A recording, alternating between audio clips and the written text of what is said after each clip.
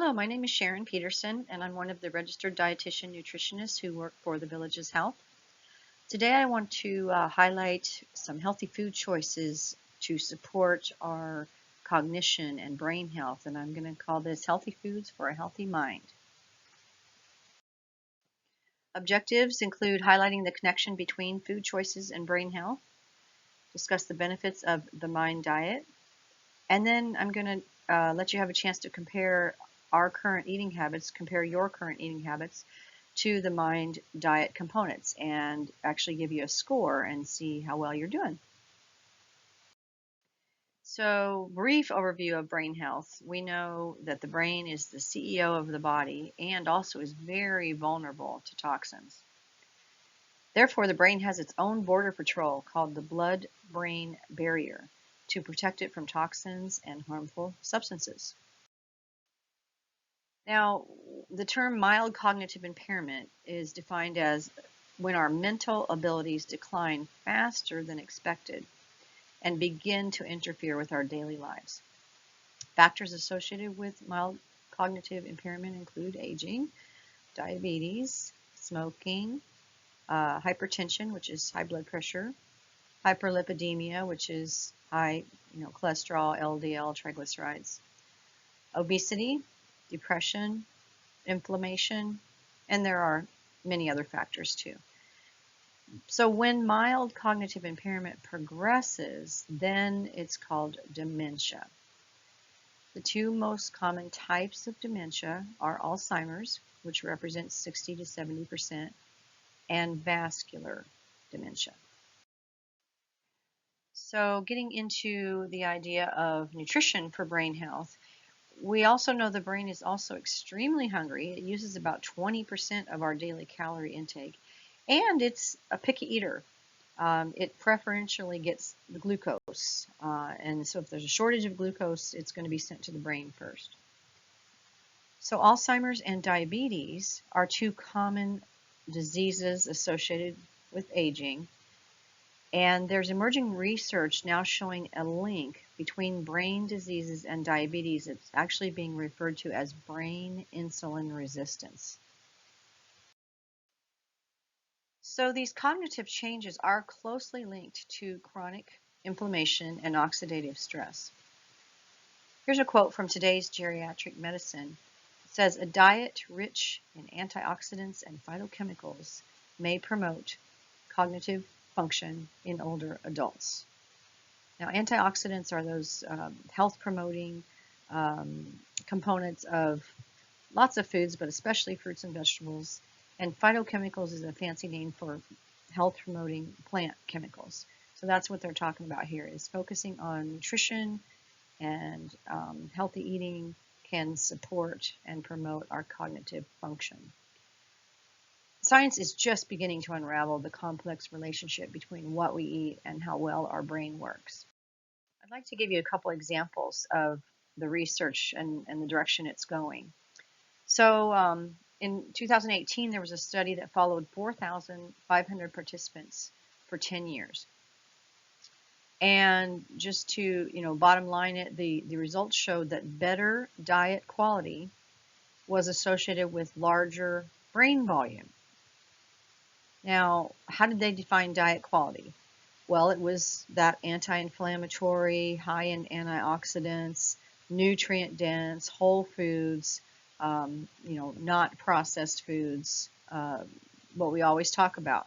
Things like vegetables, fruits, whole grains, nuts, dairy, fish, and low intake of sugary beverages. That was their definition of diet quality.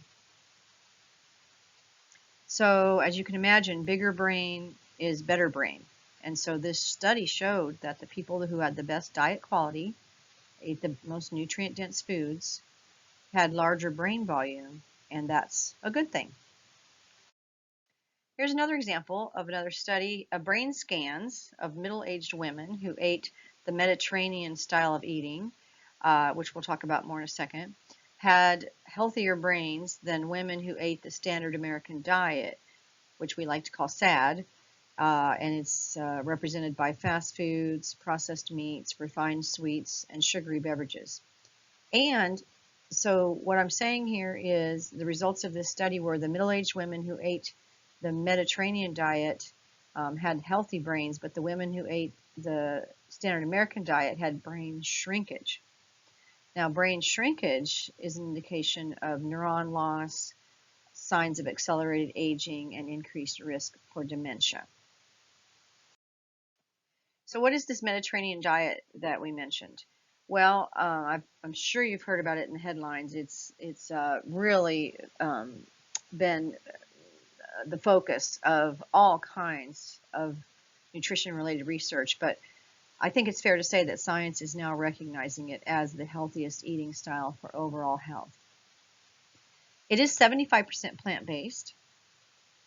It is high in fruits and vegetables and nuts and seeds and whole grains, beans and legumes, olive oil as the main source of fat, fatty fish and seafood, more moderate or smaller quantities of poultry, eggs, and low-fat milk, cheese, and yogurt. And then low in the red meats, the processed meats, refined grains, and sugary beverages. So this is what a Mediterranean diet or Mediterranean style of eating would look like. So I thought we were going to talk about the MIND diet. How is this MIND diet thing coming in? Well, the MIND, M-I-N-D, stands for Mediterranean/dash Intervention for Neurodegenerative Delay. So it's one of those big research studies that has an acronym, M-I-N-D. What happened is, since the Mediterranean diet and the DASH diet are both showing good promise for overall healthy eating and to help with many of our chronic diseases, they mixed them together and kind of said, let's take the best of the Mediterranean, let's take the best of the DASH, and then apply it to cognition. So let me go back to DASH for a second. It actually stands for Dietary Approaches to Stop Hypertension. It's not the thing that we sprinkle on our food that we get at the grocery store. The DASH diet started out as being in the research area for cardiovascular disease. And it has been around for at least 20 years, if not 30 years. And so this is a very science-based approach and based on lots and lots of really good data. So as it says here, both of these eating styles have shown protection against dementia. So this MIND diet was developed by researchers and combined it into a clinical trial to see how it might affect Alzheimer's disease. So I'm just going to give you the results. It was shocking when it came out. The MIND diet results showed a reduction in risk of Alzheimer's by 53% in those who followed it closely, and 35% in those who followed it kind of well, moderately well. And I'll show you more about the details of that in a second. So let's think of healthy food as brain medicine to support cognitive function and reduce or slow mental decline. So hold on to those numbers. The ones that followed it closely, 53% reduction. The ones who followed it moderately well, 35% reduction in risk. So what does the MIND diet look like? Well, they had 10 foods that support brain health and 5 foods or food groups that have been shown to decrease brain health. So the 10 foods that support brain health: leafy green vegetables, cruciferous and other vegetables, berries, whole grains, nuts and seeds, beans and legumes, poultry, fish, olive oil, and red wine in moderation. The 5 food groups that have been shown to decrease brain health: red meat and processed meats, butter and stick margarine, whole fat cheese, pastries, sweets, and refined grains, and fried fast foods. So what were the quantities? What did it actually look like? How much and how often were these foods eaten? Well, the whole grains were defined as a half a cup cooked or 1 slice of something like a bread, 3 servings per day. Leafy green vegetables, either 1 cup fresh or ½ cup cooked, at least 1 serving per day. Cruciferous and other vegetables, either 1 cup raw or ½ cup cooked, at least 1 serving per day. Olive oil used as the main source of fat, daily. Nuts and seeds, 1/4 cup is a serving, 5 or more servings per week. So not necessarily every day, but almost every day. Continuing on, the beans and legumes, ½ cup cooked is a portion, 1 serving every other day. So your legumes are things like kidney beans, lima beans, black beans, lentils, chickpeas, those kinds of things. Berries, specifically berries, ½ cup fresh, 2 or more servings per week. Poultry, 3 ounces cooked is the serving size, 2 or more servings per week. Fish, 3 ounces cooked, at least once a week. And then red wine, a serving is 5 ounces, once a day or less. What were those foods to avoid and limit? Butter and stick margarine, less than 1 tablespoon per day. Pastries, sweets, and refined grains, and I went to the original research to find how they defined that, and it was cookies, cakes, chips, ice cream, sweet rolls, candy, sweetened beverages, and sugar. Less than 4 servings per week. Red meat and processed meats, again a serving size of 3 ounces, less than 3 servings per week. Whole fat cheese in a serving size of 1 ounce, less than 1 serving per week. And then the fried fast foods, less than 1 serving per week. So here's where you can score yourself. There's a potential of 15 points. Just give yourself a point if you can say yes to over the past week. Each of these questions is referring to over the past week. So did I eat 3 servings of whole grains per day over the past week? Yes or no? And examples of that would be the 1 slice of a whole grain bread, ½ cup of a whole grain cereal, or a pasta, or a quinoa, or brown rice. Okay, so go ahead and score yourself. Next, did I eat at least 1 serving of leafy greens per day? Serving size of 1 cup raw or ½ cup cooked. Things like spinach, romaine, kale, endive, mustard greens, turnip greens. Score yourself yes. If it's a yes, you get a point. If it's a no, you don't get a point, right? Did I eat at least 1 serving of other vegetables per day? And it can be any other vegetable. I just listed some of the vegetables that are the best for brain health.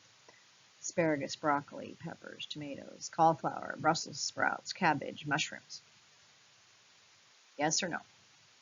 Did I use olive oil as my main source of dietary fat each day, where a tablespoon is considered a serving? Did I have some type of nuts or seeds at least 5 times this week? 1/4 cup is a serving, and I listed some examples of the ones that have been associated with supporting brain health, but any type of nut or seed. But the ones listed here would be your walnuts, flax seeds, sunflower seeds, almonds, pecans, Brazil nuts, chia seeds. Okay, so potential of 5 points from that page.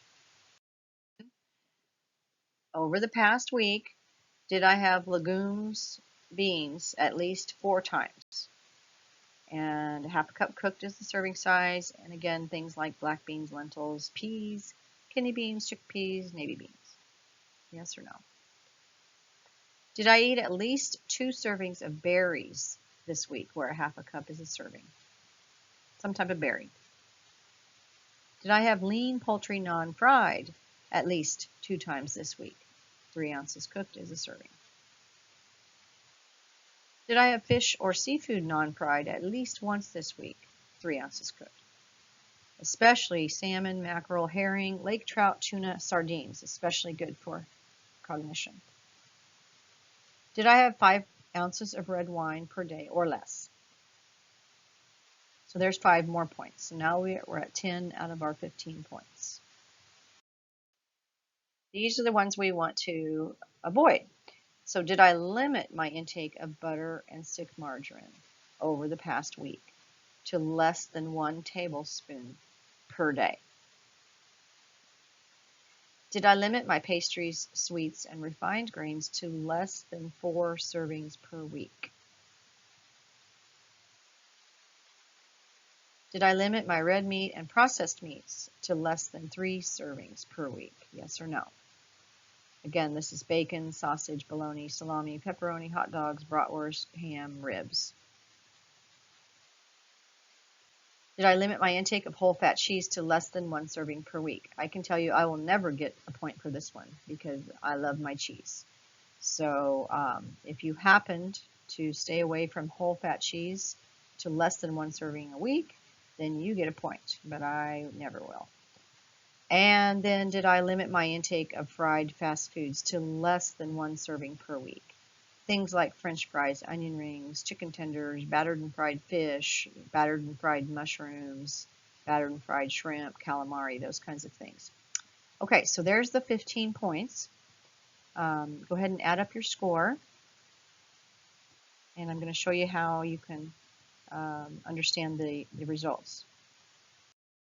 How did you do? If you got 9.6 points or higher, so 10 or higher, that is actually what was defined in the research study as following it closely. That means that you would also have qualified as a 53% reduction in risk of Alzheimer's. So notice we don't have to get all 15 points. Just try to aim for around 10. And the definition of the ones who followed it moderately well was actually 7.5 points to 9.5 points. And again, only about half the points had a 35% reduction in risk of Alzheimer's. So the positive message is that we don't have to eat perfectly. We can maybe use these questions as an area to think about what would be a really easy thing for me to change. I started bringing berries in my lunch after I learned about the MIND diet. This quote over here is one of my favorite quotes. It says, "The food we eat can either be the safest and most powerful form of medicine or the slowest form of poison." I hope you heard something today that you can use in your life to support your brain and cognitive health.